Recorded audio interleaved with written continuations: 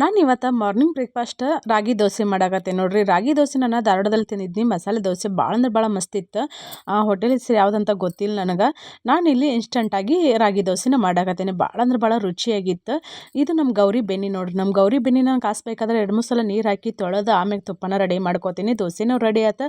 ನಾನು ನಮ್ಮ ಮನೆಯವ್ರಿಗೆ ನಾಷ್ಟ ಮಾಡಾಕತ್ತೀವಿ. ನಾಷ್ಟ ಮಾಡೋಣಂತ ಬರ್ರಿ.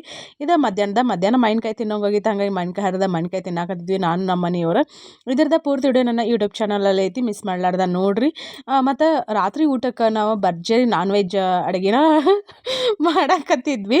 ನಮ್ಮ ಮನೆಯವ್ರಿಗೆ ಟ್ರೈಪಾಡ್ನ ಫೋನ್ ಹಾಕಂದ್ರೆ ಆಗಂಗಿಲ್ಲ. ಹಂಗಾಗಿ ನನ್ನ ಜೊತೆ ಜಗಳ ಮಾಡ್ಕೊಂಡು ಡ್ಯಾನ್ಸ್ ಮಾಡಾಕತ್ತಿದ್ರು ಅವ್ರು. ನಾನು ಹೋಗಿ ಟ್ರೈಪಾಡ್ನ ಫೋನ್ ಹಾಕಿ ಬಂದೆ. ನನಗೆ ಮಕ್ಕಳಾಗಿಲ್ಲಲ್ಲ, ಹಾಗಾಗಿ ಈಗ ರೀಸೆಂಟಾಗಿ ಸರ್ಜರಿ ಆಗೈತೆ ನಂದು. ಅದ್ರ ಸಂಬಂಧ ಮತ್ತೊಂದು ದವಾಖಾನಿಗೆ ಹೋಗೋಣ, ಯಾವುದಾದ್ರೂ ಒಂದು ಹೆಣ್ಣರಾಗಲಿ ಗಂಡರಾಗಲಿ ಅಂತೇಳಿ ಫೋನ್ ಹಚ್ಚಿ ಭಾಳ ಕಿರಿಕಿರಿ ಮಾಡ್ತಿರ್ತಾರೆ. ರೊಕ್ಕಿರಲಿಲ್ಲ ಅಂದ್ರೆ ನಾನೇ ಕರ್ಕೊಂಡು ಹೋಗಿ ನಾನೇ ತೋರಿಸ್ತೇನೆ ಅಂತ ಹೇಳ್ತಿರ್ತಾರೆ.